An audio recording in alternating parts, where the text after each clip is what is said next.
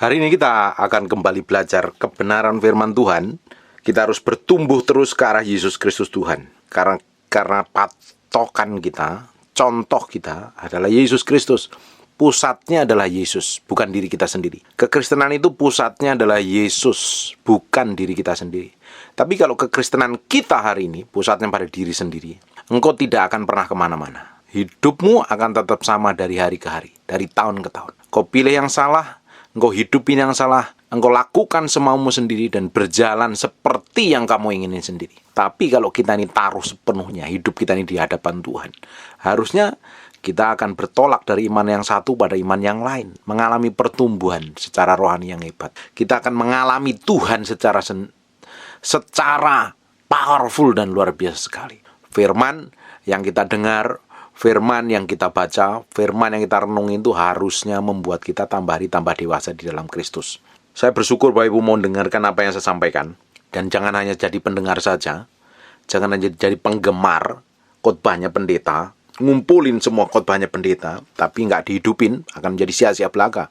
Kita dipanggil jadi orang Kristen untuk bertumbuh secara rohani semakin ke arah Yesus Kristus Tuhan, bukan malah nggak ngalamin apa-apa. Justru waktu pengalaman rohani kita ini bertumbuh di dalam Tuhan, kita ngalamin banyak hal yang akan membuat iman kita ini terlatih. Diizinkan kadang hal-hal itu buruk, hal itu jelek, hal itu nggak enak, hal itu rasanya daging maunya nggak terima, tapi seringkali memang diizinkan Tuhan seperti itu untuk membuat kita dewasa. Kita tidak dewasa secara tanpa memiliki pengalaman, tapi Tuhan akan membawa kita ke dalam pengalaman satu pada pengalaman yang lain. Makanya bersyukur, nikmatin saja hari ini. Engkau ngalamin apa hari ini? Nikmatin, berjalan bersama Tuhan. Karena engkau kalau nggak punya pengalaman dengan Tuhan, firman itu nggak memiliki kuasa dan otoritas. Hidupmu tidak akan memiliki kesaksian, bobot dan otoritas. Kalau hari ini engkau ngalami masalah apa? Buruk, sakit penyakit, ribut, gegeran, berantem dengan pasangan hidupmu, keluargamu di ujung tanduk, masalah bisnis, pekerjaan, keuanganmu, bapak belur, nikmatin saja bersama Tuhan. Itu sebagai didikan. Suatu hari, kalau kamu menang, kamu sudah lulus, kamu akan memiliki kesaksian. Kesaksianmu itu yang akan memiliki otoritas dan kuasa. Nah, firman tidak akan menjadi kita mengerti dengan penuh sampai kita ini ngalami sendiri. Makanya pengalaman-pengalaman hidup sehari-hari ini berjalan berdasarkan firman Tuhan, sering dibawa ke dalam padang gurun, ke dalam lembah kekelaman. Di situ tertentu seakan-akan tidak ada jalan keluar, masalahnya menimpa terus, masalah buruk menimpa terus, dan kita seringkali malah pikiran kita dikacaukan setan dan kita diputar balikkan setan sehingga kita sendiri terus merasa tertuduh dan bersalah. Dengerin baik-baik, semua rencana setan yang jahat, yang ingin menghancurkan, yang ingin membuat kita kacau, membuat kita jauh dari kasih karunia Tuhan, rencana yang buruk itu Tuhan sanggup mengubahkan menjadi rencana yang baik penuh pengharapan. Nah, bagian kita hari ini melakukan kebenaran seperti yang Tuhan mau. Ketika kita ini lakukan bagian kita akan melihat kedahsyatan Tuhan menyertai hidup kita. Orang Kristen tuh gak perlu takut kalau ngadepin masalah. Orang Kristen gak perlu teriak, nangis, jerit-jeritan ngadepin masalah. Kamu menghadapi masalah apa hari ini? Berdiri tegak bersama Tuhan. Angkat mukamu. Jalan sama Tuhan. Tuhan yang bimbing kamu. Tuhan yang ngurapin kamu. Tuhan yang menuntun kamu. Gak perlu khawatir. Bukankah di Mazmur 23, sekalipun aku berjalan dalam lembah kekelaman, tongkat dan gadamu akan menuntun aku. Gak usah pusing. Ada pembelaan Tuhan. Ada penyertaan Tuhan. Ada pimpinan Tuhan. Ya, hari ini hati kita di mana? Hatimu hari ini di mana masalahnya? Hatimu di Tuhan atau hatimu di daging? Hatimu di dalam perbuatan daging? Nah, hari ini kita sambil keputusan. Hati kita taruh sepenuhnya di hadapan Tuhan. Baru Tuhan akan lakukan hal besar. Baru Tuhan akan lakukan hal ajaib dan dahsyat. Nikmatin saja bersama Tuhan. Tuhan sedang membawa kita dalam pengalaman-pengalaman firman kok. Ngapain meski jerit-jeritan, nangis, stres, panik. Kamu panik, stres, kacau pikiranmu karena kamu gak kenal Tuhan, gak kenal firman-Nya. Kamu kenal Tuhan hanya sekedar kata orang, sekedar di dalam pemikiran. Kalau kamu kenal Tuhan secara pribadi, ngalamin Tuhan secara pribadi, hidupmu akan dibawa hari demi hari mengalami Tuhan dan memiliki pengalaman pribadi dengan Tuhan. Baru kamu tahu Tuhan, ternyata kita semakin hari semakin dibawa ke dalam pusat kehendak-Nya. Kita itu panik, stres, kacau pikirannya. Nggak bingung, nggak yakin akan masa depan. Putus asa karena kamu nggak kenal Tuhan. Kamu bisa jadi orang Kristen rajin ke gereja, dengerin khotbah pendeta, tapi kamu nggak mengalami Tuhan secara pribadi. Kita harus mengalami pengalaman Tuhan secara pribadi. Kalau nggak, hidupmu akan babak belur terus. Dikuasai masalah, diinjak-injak setan, ditipu daya setan. Tidak heran orang-orang Kristen yang model kayak begini nih nggak mengalami pertumbuhan. Kelihatan fisiknya tambah hari tambah tua, tambah menua, tambah dewasa, tetapi manusia rohnya nggak bertumbuh sama sekali. Kelihatan dari mana? Kelihatan dari karakternya, kelakuannya, sikapnya, reaksinya tidak mencerminkan orang yang dewasa di dalam Kristus. Orang yang dewasa dengan anak kecil itu Bapak Ibu bisa lihat reaksinya berbeda setiap menghadapi masalah. Harusnya kekristenan kita itu dewasa. Sekarang kan perlu dicek masing-masing level manusia roh kita itu sampai mana. Masih anak-anak, bayi, atau dewasa di dalam Kristus. Kita harus tahu itu. Kalau tidak, kekristenan kita akan tetap sama. Makanya saya nggak habis pikir dengan orang Kristen yang bertahun-tahun ya. Kristennya sama, pola pikirnya nggak pernah berubah. Hidupnya babak belur, stres, panik, kacau. Dan hidupnya nggak pernah jadi berkat. Nggak mungkin kalau kita ini ikut Tuhan. Nggak mungkin kalau hati kita ini mencari Tuhan dengan sungguh-sungguh. Kita itu tetap stres dan babak belur. Nggak mungkin. Bagaimana mungkin Allah pencipta langit dan bumi yang tinggal di dalam diri kita, yang berkuasa menyertain kita, mengurapin kita tetap babak belur dan stres. Ada yang salah. Ada yang salah. Mungkin kamu menjalankan rutinitas agamawimu saja tanpa memiliki kehidupan di dalamnya. Tidak mungkin orang kenal Tuhan, ngalami Tuhan, bergaul dengan Tuhan, hidupnya, mulutnya seperti orang dunia. Kalau mulutnya tetap seperti orang dunia itu perlu kematian daging itu, perlu dimatikan itu dagingnya itu. Daging masih nonjol dan itu perlu proses kok mematikan daging. Kita ikut Tuhan memang tidak selalu mulus perjalanan hidup kita. Kita akan mengalami banyak tantangan, kita akan mengalami banyak godaan, kita mengalami banyak rintangan, pada masa kesesakan. Tapi kita nggak fokus di sana. Kita fokus pada tujuan Allah atas hidup kita. Kita tahu segala sesuatu yang diizinkan Allah itu membuat kita dewasa di dalam Kristus, semakin memiliki karakter, kelakuan, sikap, dan perbuatan yang mencerminkan Yesus Kristus Tuhan. Amin. Kita harus bertumbuh ke arah Kristus. Kalau kekristenan kita nggak bertumbuh, berarti ada yang salah dengan manusia rohmu. Ada yang salah dengan pemahamanmu. Ada yang salah dengan pengertianmu akan kebenaran firman.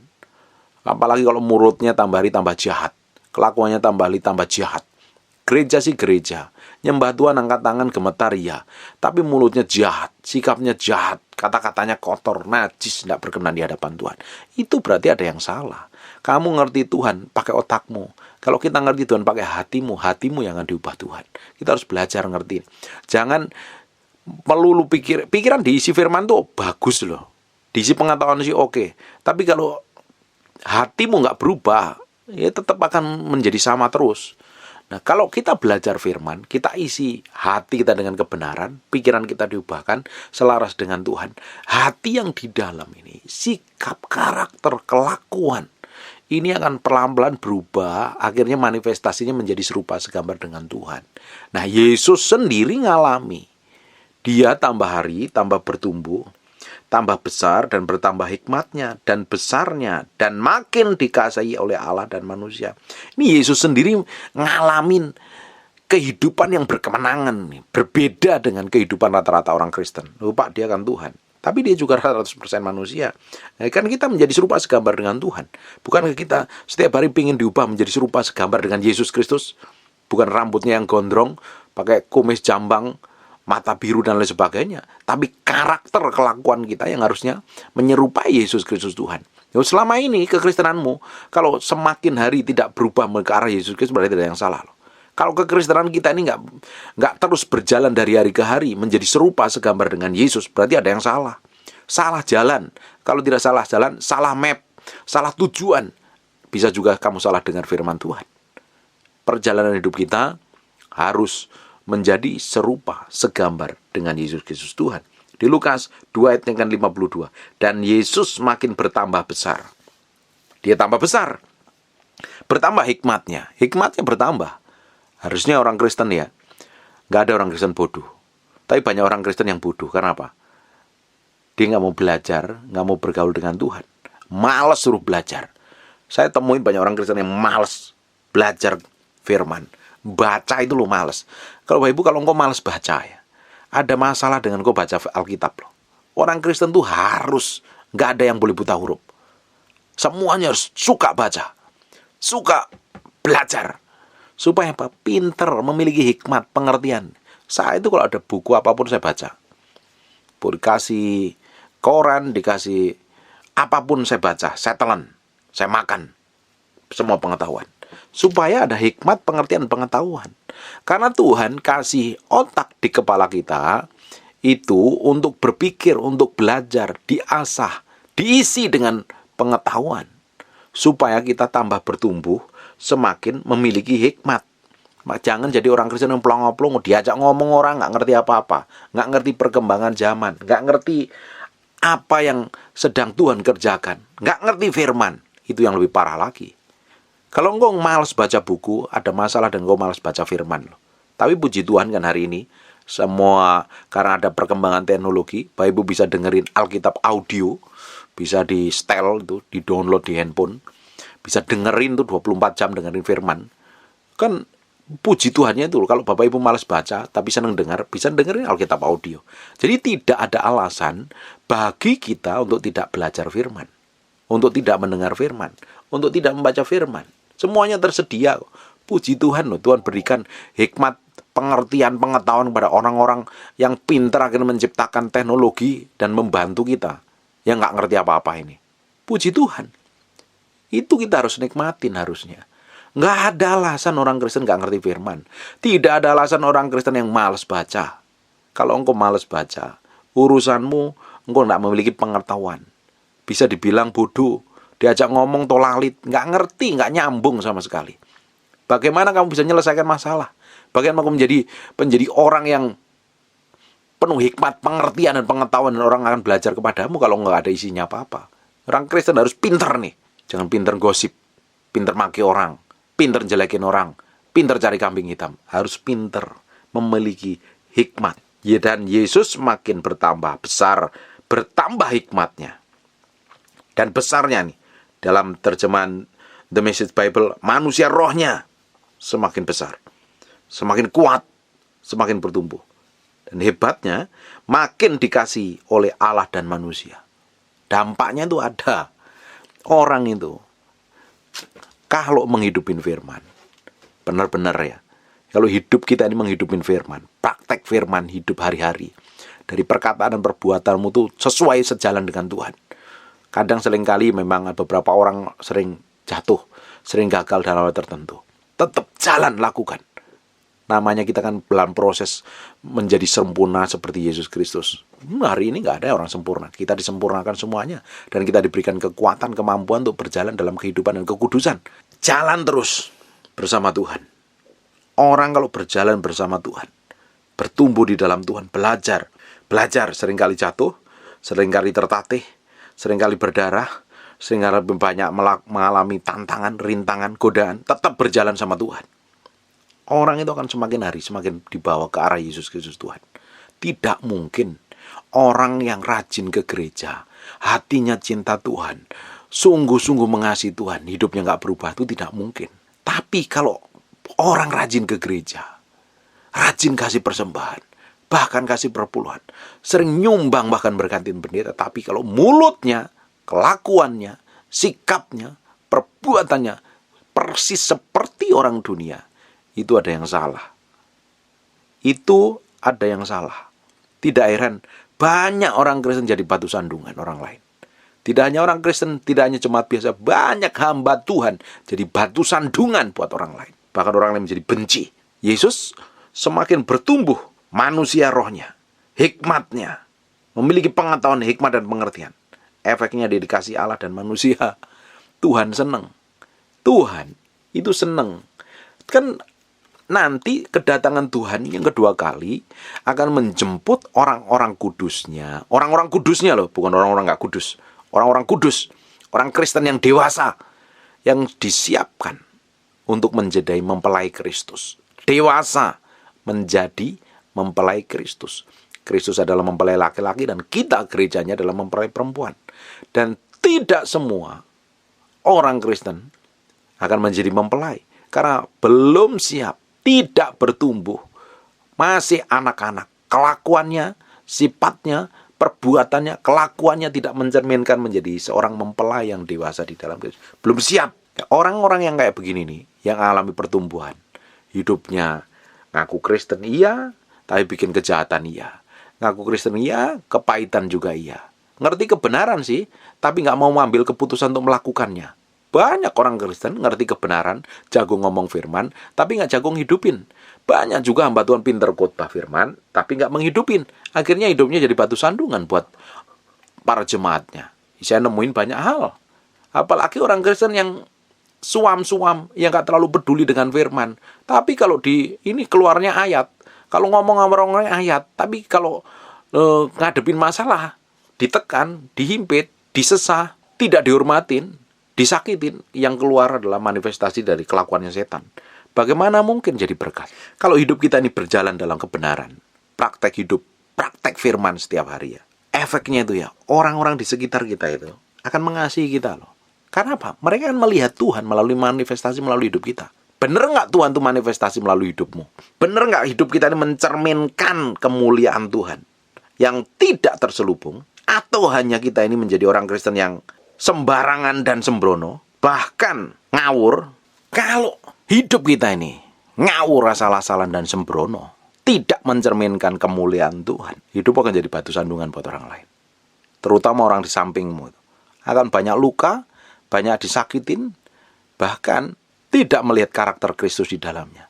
Bisa juga loh, Bapak Ibu disakitin, tapi sikap dan karaktermu mencerminkan kemuliaan Tuhan. Engkau akan cepat dipulihkan Tuhan. Bisa. Kita ini bisa melakukan firman, tetap dapat perlakuan buruk itu bisa. Dan itu memang bagus. Semakin kita membuat kita bertumbuh di dalam Kristus. Makanya bersukacitalah dalam penderitaan, kata Alkitab. Nikmatin kok. Dan harusnya kehidupan kita ini mencerminkan kemuliaan Tuhan. Yang orang itu bisa lihat itu loh. Di 2 Korintus pasal yang ketiga 18. Dan kita semua mencerminkan kemuliaan Tuhan dengan muka yang tidak terselubung. Artinya orang terang-terangan bisa melihat kemuliaan Tuhan yang manifestasi dalam kehidupan kita harusnya. Tapi pada kenyataannya orang tidak melihat kemuliaan Tuhan, tapi melihat kedagingan kita, ego kita, amarah kita, keserakahan kita, ketamakan kita, sehingga orang tersandung melalui kehidupan kita. Ini yang harus diubah. Dan kita semua mencerminkan kemuliaan Tuhan dengan muka yang tidak terselubung. Dan karena kemuliaan itu datangnya dari Tuhan yang adalah Roh, maka kita diubah menjadi serupa gambarnya dalam kemuliaan yang semakin besar. Dalam terjemahan lain dikatakan from glory to glory, dari kemuliaan satu pada kemuliaan yang lain. Ini ayat ini sering saya ngomong ini, dari from glory to glory, dari kemuliaan satu pada kemuliaan yang lain. Kita harus dibawa terus masuk dalam pusat kehendaknya, berjalan dalam kehendaknya, dari kemuliaan yang satu kepada kemuliaan yang lain. Harusnya kekristenan yang sejati mengalami seperti ini. Tapi pada prakteknya saya temuin banyak sekali orang Kristen tidak mencerminkan ini.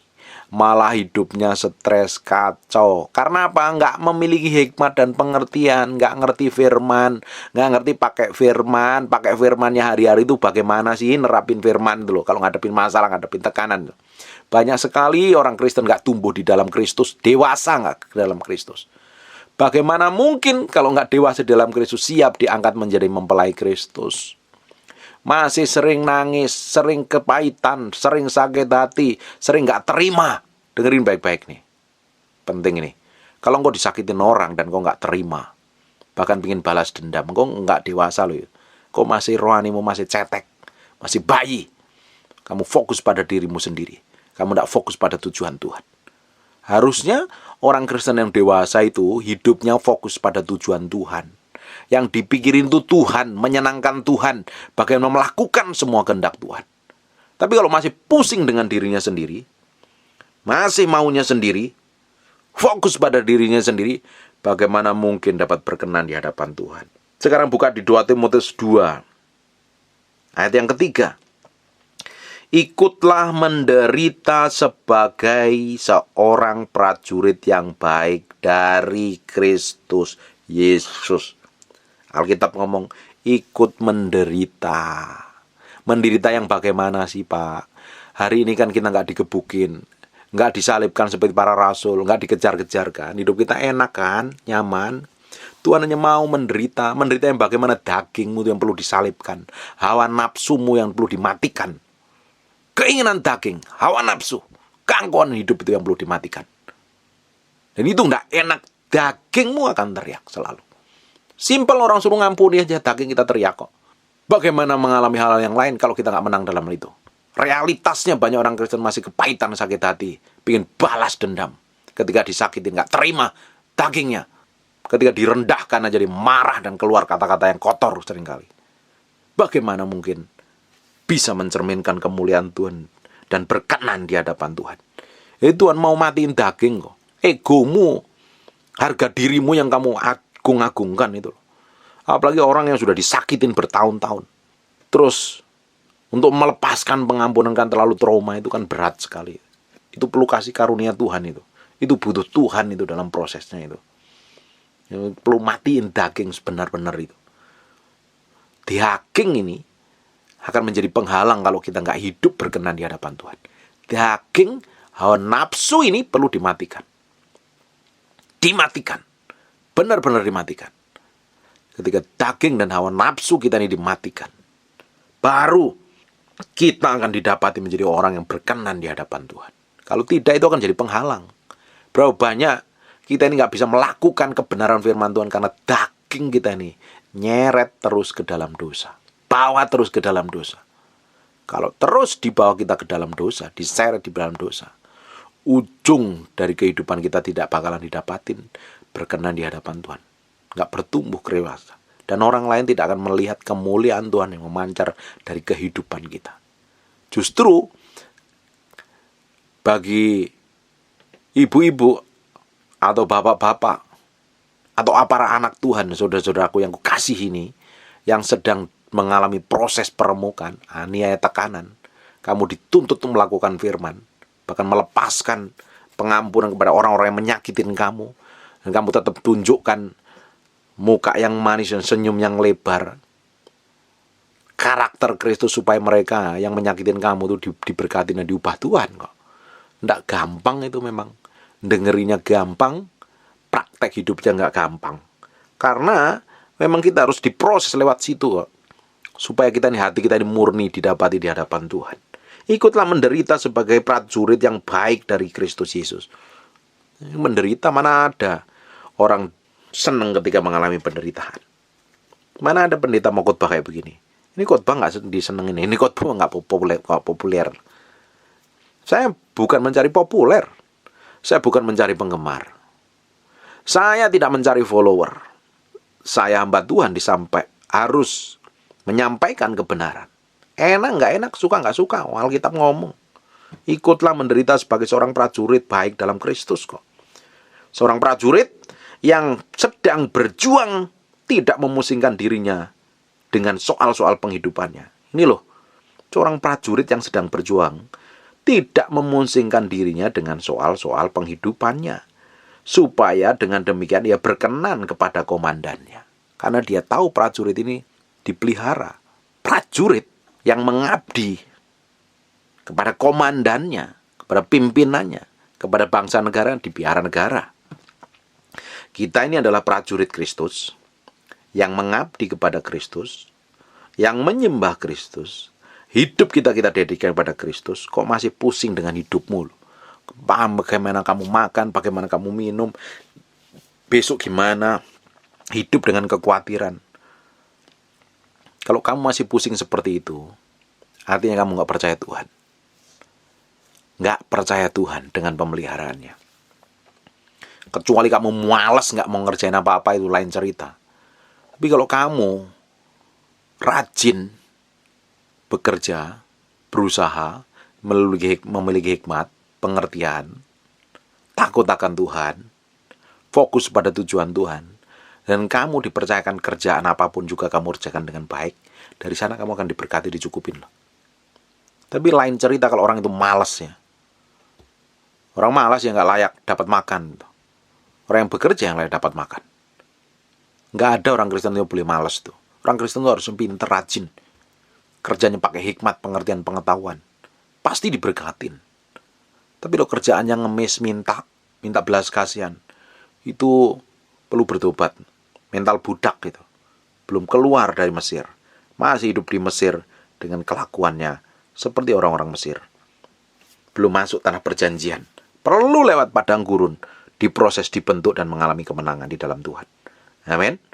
Seorang prajurit yang sedang berjuang tidak memusingkan dirinya dengan soal-soal penghidupannya, supaya dengan demikian ia berkenan kepada komandannya. Seorang olahragawan hanya dapat memperoleh mahkota sebagai juara apabila ia bertanding menurut peraturan-peraturan olahraga. Ada tata caranya. Ada aturan yang harus kita hidupin. Bukan mau kita sendiri. Orang Kristen pengen berkemenangan tapi hidupnya ngaco, maunya sendiri, jalan maunya sendiri. Bukan ngikutin peraturan Tuhan, kehendak Tuhan. Terus pengen diurapi, pengen diberkati, pengen dipulihkan. Kamu tuh bikin peraturan sendiri atau kamu ngikutin aturan Tuhan? Banyak orang Kristen ngawur hidupnya, tapi pengen mengalami kemenangan. Tapi kalau mendengar firman ini harusnya bertobat dan berubah. Tapi ada beberapa orang dengerin apa yang saya sampaikan malah kepahitan. Puji Tuhan sih kalau ada orang kepahitan dengerin khotbah saya. Artinya kamu belum bertobat. Apalagi yang tersinggung dengerin apa yang saya sampaikan, itu bagus buat manusia rohmu. Saya kan nggak pernah nyinggung, aku nggak kenal kamu. Saya nggak kenal kalian. Saya sampaikan firman yang Tuhan taruh dalam mulut saya sampaikan. Karena saya ini hamba Tuhan, yang gaji hidup saya Tuhan, saya harus ngikutin apa yang Tuhan mau. Kalau dengerin apa yang saya sampaikan, kamu marah terhadap saya, kamu bodoh. Kamu harusnya marah sama Tuhan. Kenapa orang itu ngomong seperti itu? Apa dasarnya? Dasarnya firman kok. Marah sama yang kasih firman. Kamu urusanmu kan ribet nanti kalau marah sama Tuhan. Orang kita udah hidup babak belur, hidup gak jadi berkat, kacau hidupnya berantakan, tapi masih suka berantem sama orang. Mbok yo sadar gitu loh. Yang suka gegeran, ribut sama orang lain, berantem sama orang lain, disinggung sedikit gak terima, pengen balas, pengen merendahkan, pengen membela diri. Ini bukan waktunya. Ini waktunya kita mempersiapkan diri jadi mempelai yang dewasa, yang siap dijemput di awan-awan permai, menjadi mempelai perempuan, ketemu mempelai laki-laki Yesus Kristus Tuhan. Dewasa. Hari ini yang kita kejar itu bagaimana hidup kita menyenangkan Tuhan. Gak ada yang lain, guys. Kalau yang kita kejar itu menyenangkan Tuhan, kamu melakukan kerjaan apapun juga, aktivitas apapun juga, baik yang tersembunyi maupun dilihat orang, kamu lakukan dengan sepenuh hati, seperti melakukannya untuk Tuhan. Karena yang kamu kejar adalah membuat Tuhan berkenan dan senang dengan apa yang kita kerjakan setiap harinya. Orang model kayak begini nih, pasti disenengin orang, pasti disukain Tuhan. Tapi orang malas, udah malas, kata-katanya ketus, ngomongnya kasar, merasa paling cantik, merasa paling hebat, merasa paling benar, merasa paling pintar, karena memiliki jabatan, memiliki gelar, memiliki duit, memiliki segala halnya. Terus semaunya sendiri, jalan maunya sendiri, ngomong maunya sendiri. Bagaimana didapatin berkenan di hadapan Tuhan? Kita ini adalah hamba, dan tuannya adalah Yesus Kristus sendiri. Harusnya hamba tunduk patuh dengan apa yang dikatakan Tuannya, supaya suatu hari kita didapati berkenan di hadapan Tuhan kita, Yesus Kristus Tuhan. Harusnya. Tapi pada kenyataannya Hidup kita seringkali malah ngawur, tidak mencerminkan kemuliaan Tuhan, malah mencerminkan kemuliaan setan. Banyak orang tersandung, banyak orang tersakitin, banyak orang terluka, bertobat, balik kepada Tuhan. Tuhan masih berikan kesempatan. Saya akan terus ngomong, selama Tuhan percayakan umur panjang ini, saya akan ngomong firman terus. Saya akan bicara tentang karakter kerajaan Allah, supaya setiap orang Kristen memiliki karakter kerajaan Allah, mencerminkan kemuliaan Tuhan, dan orang bisa melihat kemuliaan Tuhan. Ketika orang melihat kemuliaan Tuhan melalui hidup kita, orang akan diubah dalam hadiratnya. Tapi kalau orang melihat kemuliaan setan dalam diri kita, yang manifestasinya lewat kata-kata, perbuatan, sikap, dan postinganmu, bagaimana Tuhan dapatin berkenan? Yesus semakin bertumbuh, semakin dikasihin Tuhan dan manusia. Powerful dampaknya. Hari ini, posisi kita di mana? Kamu didapatin bertumbuh, dewasa dalam Kristus, dikasih manusia dan dikasih Tuhan apa tidak? Waktunya kita berubah, belajar menyenangkan Tuhan. Segala sesuatu yang kita kerjakan, yang kita lakukan, harus fokusnya kepada Yesus. Coba dicek selama ini, bagaimana dewasa apa tidak manusia roh kita ini?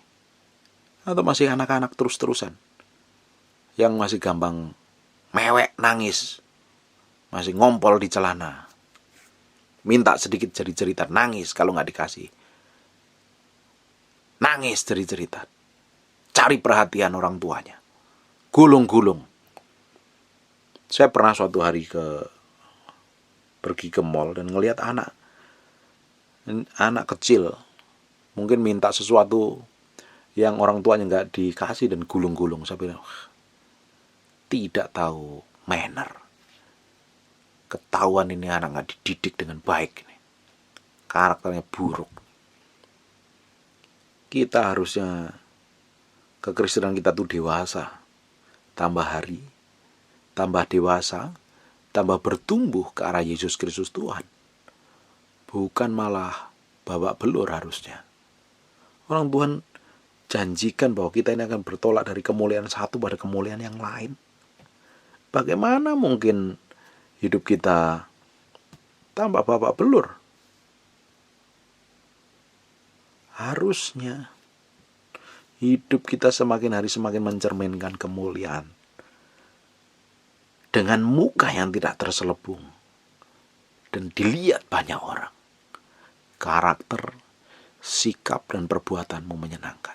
Coba dicek nih, bagaimana dengan keluargamu, pasanganmu? Tambah mengasihi atau tambah membenci?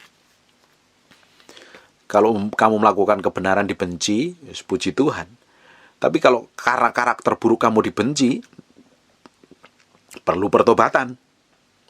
Kalau kita udah melakukan kebenaran, hidup kudus, praktek firman, jalan dengan Tuhan setiap hari, tapi masih orang membenci kita, itu anggap saja itu pikul salib sangkal diri. Tetapi kalau kita ini jadi batu sandukan, kalau sikap perbuatan kita tidak mencerminkan kemuliaan Tuhan, artinya kita perlu datang kepada Tuhan dan bertobat, minta ampun, belajar berubah, minta dipimpin oleh Roh Kudus. Minta dipimpin Roh Kudus. Kalau banyak orang sakit hati dan tersinggung dengan kelakuan buruk kita di hadapan Tuhan, perlu bertobat. Simple kok. Kalau kamu masih dapatin seperti itu, Tuhan datang mendadak kedua kali, kamu masih dapatin, masih tidak bertumbuh dewasa dalam Kristus, masih anak-anak, kamu akan tinggal. Yesus datang kedua kali, menjemput kita di awan permai. Kita hari ini dipertunangkan dengan Yesus. Kita akan masuk perjamuan kawin anak domba, dan Yesus sendiri sebagai mempelai laki-laki.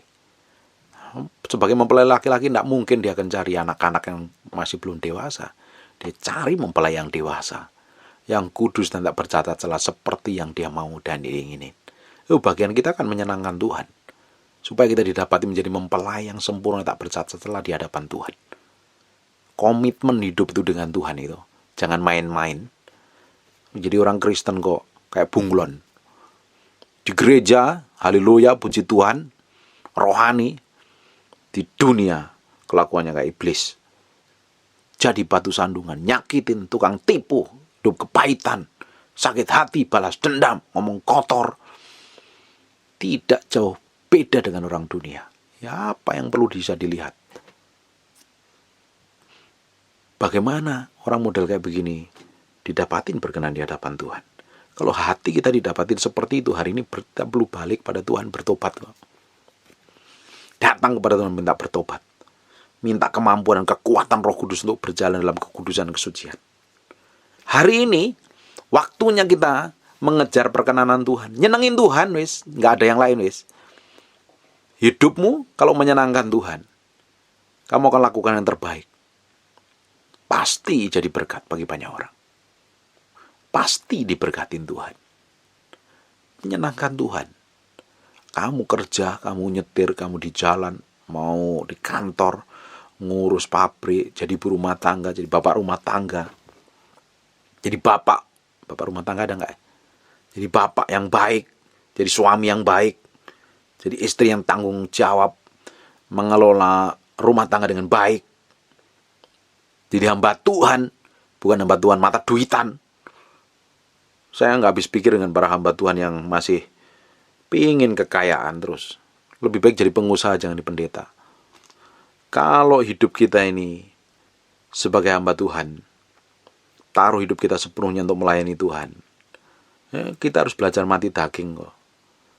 Jangan pingin terkenal, jangan pingin kelihatan hebat di hadapan orang lain, jangan pingin kaya, jangan pingin terlihat pintar dengan gelar yang banyak supaya orang terhormat. Nggak penting, nggak perlu itu. Kalau kita jadi hamba Tuhan, itu kita perlu kemurnian hati. Taruh hati kita sepenuhnya di hadapan Tuhan untuk mendedikasikan hidup kita melayani Tuhan. Layani orang-orang yang dipercayakan dengan tulus murni. Jangan digerokotin, diguntingin bulunya hanya untuk keuntungan pribadi. Terus ngejar persembahan untuk masa depan. Buat apa? Jadi pengusaha jauh lebih baik, jangan jadi hamba Tuhan. Ntar jadi batu sandungan, banyak orang terluka.